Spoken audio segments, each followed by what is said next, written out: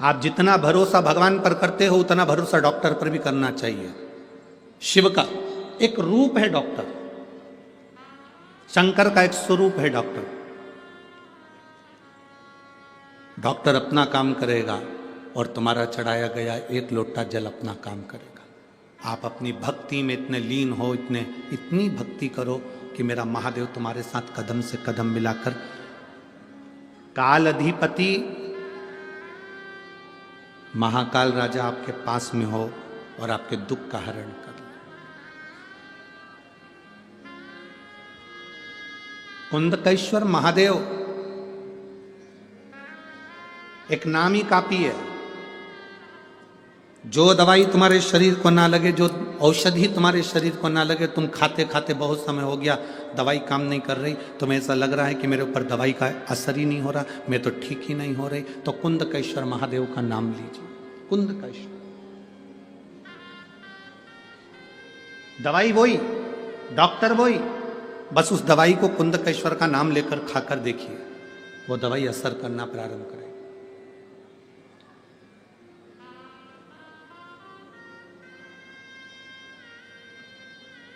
हम तो यहां तक कहेंगे, कभी प्रैक्टिकल कर कर देखना। बहुत तेज फीवर है, बहुत तेज बुखार है, शिवजी पे चढ़ा हुआ जल, एक वस्त्र गीला करा हुआ, कुंदकेश्वर महादेव के नाम से उस गीले वस्त्र को, जिसके शरीर में बहुत फीवर है, उसके शरीर पर उस कपड़े को एक बार अच्छे से कुंदकेश्वर महादेव का नाम लेकर फेर दीजिए। आधा घंटा या 1 घंटा लगेगा, मेरा कुंदकेश्वर महादेव फीवर को उतार ही देगा। प्रैक्टिकल कर कर देखना कि सियोर वाला महाराज झूठ तो नहीं बोल रहा। प्रयास करते रहना चाहिए, प्रैक्टिकल करते रहना चाहिए। कहीं सियोर वाला महाराज झूठ तो नहीं बोल रहा है, ये प्रैक्टिकल करो कि वो झूठ तो नहीं बोल रहा। और पत्र तुम्हारे भेज देना लिख कर कि आपने झूठ बोला, हमने फीवर देखा था।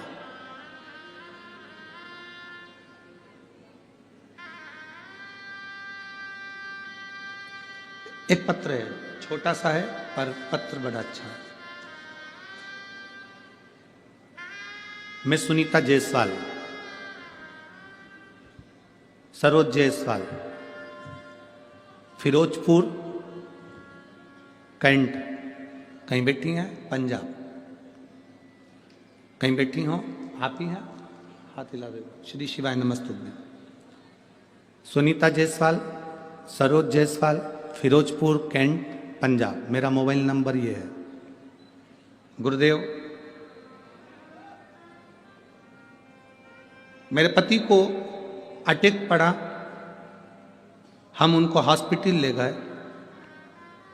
हॉस्पिटल में एक अटैक आया, तुरंत थोड़ी देर बाद दूसरा आ गया, हालत खराब हो गई। उनको वेंटिलेटर पर डाला गया। जब वेंटिलेटर पर डाल दिया गया, दवाई लाने के लिए कहा गया, हम वो दवाई कुंदकेश्वर महादेव का नाम लेकर डॉक्टर के हाथ में, सिस्टर के हाथ में दे दी और उन्होंने उस दवाई को चालू करा।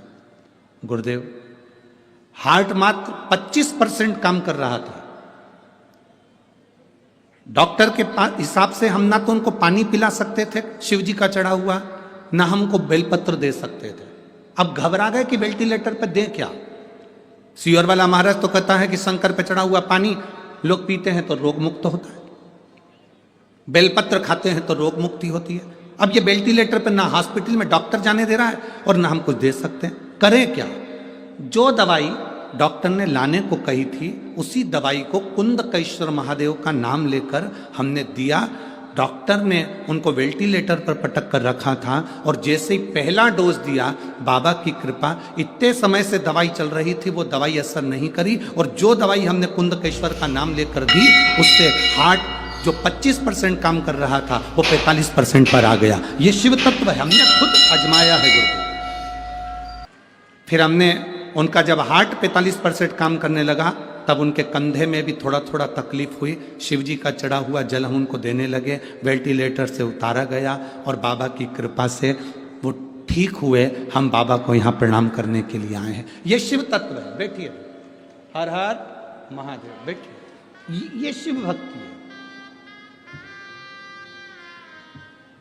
उसमें लिखा, इतनी देर से डॉक्टर दवाइयां दे रहे थे, वो दवाइयां लॉक नहीं कर रही थी।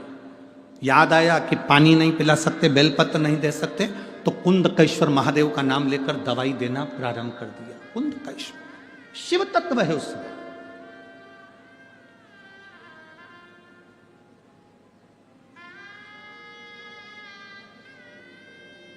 कई लोग कहते हैं ये व्हील चेयर पे चलते हैं। व्हील चेयर पे इनके घुटने काम नहीं करते, कमर काम नहीं करती, पीठ काम नहीं करती, व्हील चेयर पर चलते। हम कहते हैं तुम अपना ध्यान रखो। बरसात में सुबह उठने के बाद जब तुम पानी पीते होगे, व्हील चेयर पर बैठा हुआ व्यक्ति भी पानी तो पीता होगा ना। अगर पानी पीते होगे तो उस पानी को गिलास में पीने की जगह थोड़ा सा हाथ में ले और कुंदकेश्वर महादेव का नाम लेकर उसका आचमन करना प्रारंभ तो करो। 2-4 दिन कर कर देखना, तुम में वो बल मिलेगा, तुम्हें ऐसा लगने लगेगा कि अब मैं खड़ी हो सकती हूँ और चल सकती हूँ।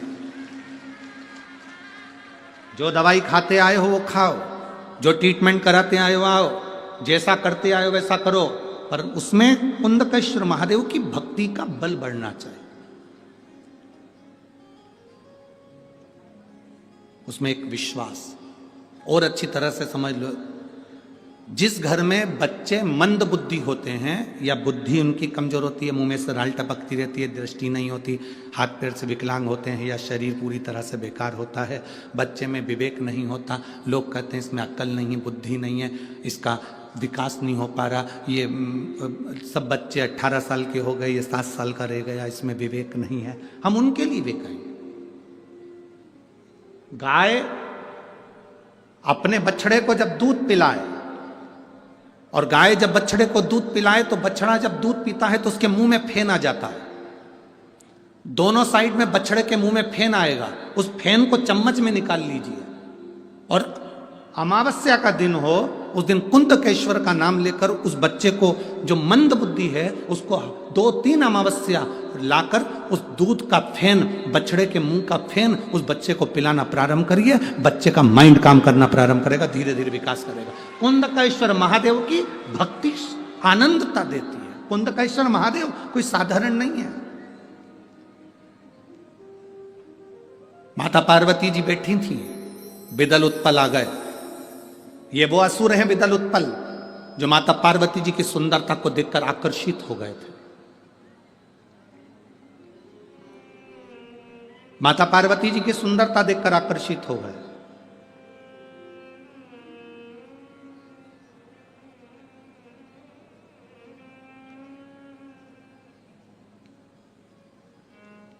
देवता और असुर, इनमें एक अंतर भारी होता है। देवता बगीचे में लगे हुए फूल को देखकर खुश हो जाते हैं, और असुर उस फूल को तोड़कर कुचल देते हैं। कोई सुंदर दिख रहा है ना, उसको देखकर प्रसन्न हो, मना नहीं है, पर उसकी सुंदरता को कुचलने का कार्य ना करें। उसकी सुंदरता को कुचलने का कार्य ना करें।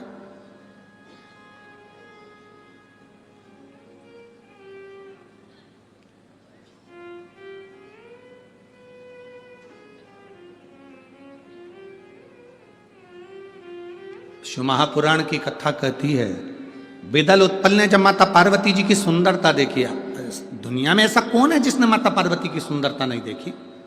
आज भी लोग नवरात्रे में देवी जी को बिठाते हैं, उस देवी जी की मिट्टी की मूर्ति का जब दर्शन करते हैं तो लोगों को लगता है ऐसे देवी हमसे बात कर रही है। केवल मिट्टी की मूर्ति।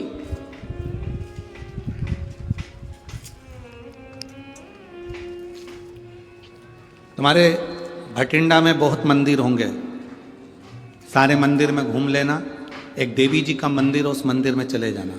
दुर्गा जी का मंदिर, देवी जी का मंदिर, माता रानी का मंदिर, उस मंदिर में जाना।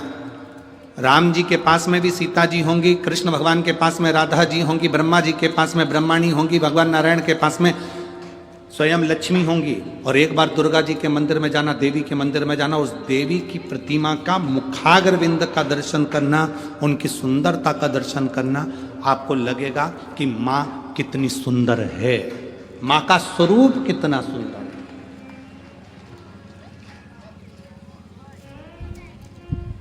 33 कोटि देवी देवता भी माता पार्वती जी की सुंदरता का गुणगान गाते थे। पार्वती मैया किसी ब्यूटी पार्लर में नहीं जाती थी।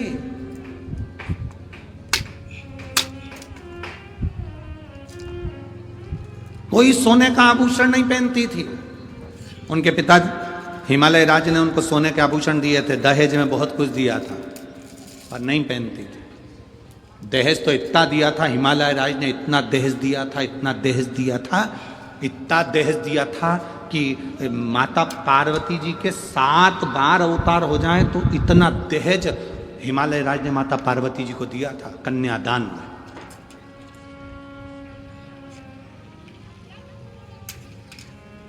इतना दहेज दिया था।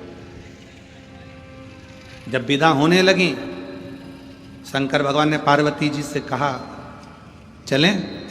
पार्वती जी बोली चलो।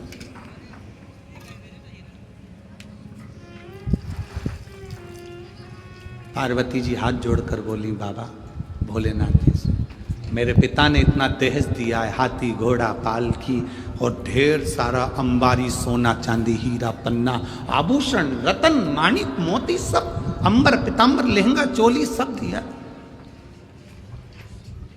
शिव जी ने कहा कि अभी यहीं रहने दो, तुम हमारे साथ पहले कैलाश पे चलो, वहां रखने की अगर व्यवस्था हो तो ले चलना, वहां अगर रखने की व्यवस्था हो तो ले जाना, मना क्या है, पिताजी का ही तो घर है, रखे रहने दो।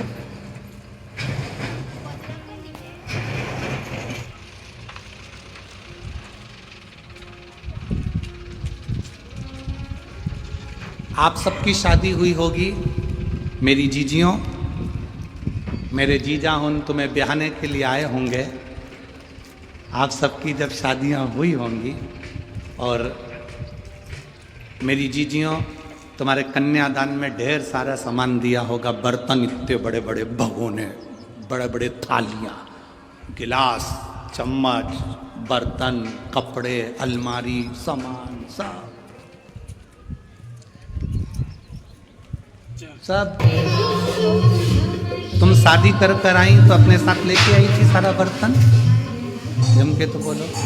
नहीं, गाड़ी पे चढ़ा दिया गया, लोडिंग में भर दिया गया, तुम्हारे घर पहुंचा दिया गया था। तुम शादी के 2 महीना, 4 महीना, 6 महीना, 8 महीने तक तो तुम अपने घर के बर्तन को भी नहीं देख पाई थी कि रखे कहाँ।